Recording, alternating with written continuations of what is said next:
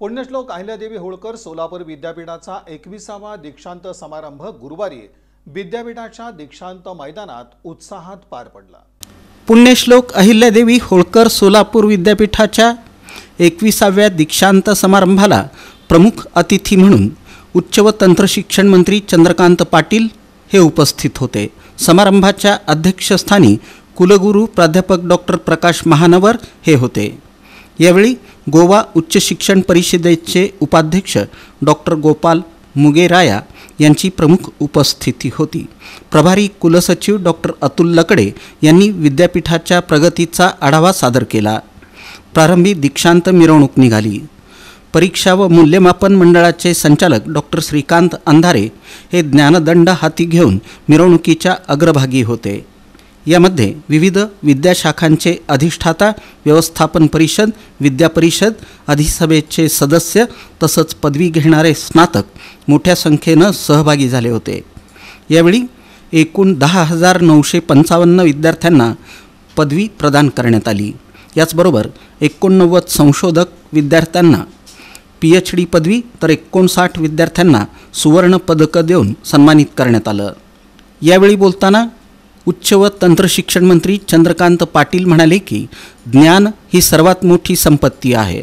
आज विद्यार्थ्यांनी पदवी आणि पदविकेच्या माध्यमातून मिळवलेल्या ज्ञानाचा, शिक्षणाचा उपयोग हा राष्ट्राच्या वैभवासाठी करावा। की आपल्या व्यक्तिगत जीवनामध्ये एक मोठा टप्पा आपण गाठलाय, त्यातून आपली एका अर्थाने ऐहिक प्रगती होणारच आहे।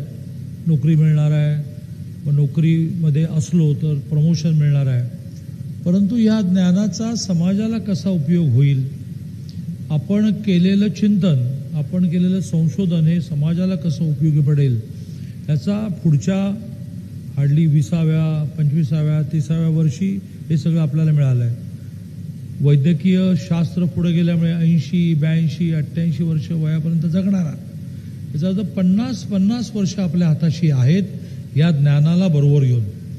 त्या 50 वर्षामध्ये ह्या ज्ञानाचा उपयोग समाजासाठी, देशाला वैभवाप्रत नेण्यासाठी करता येईल का?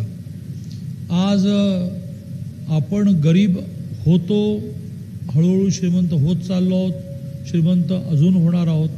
त्या गरीब होतो याचं महत्त्वाचं कारण जर असं असेल तर आपलं सगळं ज्ञान लुटलं गेलं आणि त्यामुळे संशोधन वृत्ती, रिसर्च ॲटिट्यूड हा आपल्याकडे कमी झाला।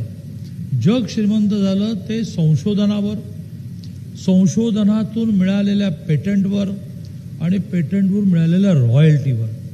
व्यक्ती पण श्रीमंत झाली आणि देश पण श्रीमंत झाला। यावेळी गोवा उच्च शिक्षण परिषदेचे उपाध्यक्ष डॉक्टर गोपाल मुगेराया यांनीही आपलं मनोगत व्यक्त केलं।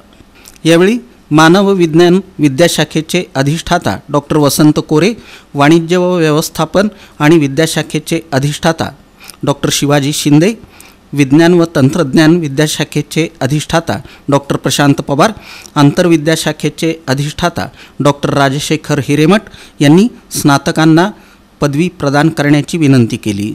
त्यानंतर कुलगुरू डॉक्टर प्रकाश महानवर यांनी विद्यार्थ्यांना पदवी प्रदान करत असल्याची घोषणा केली।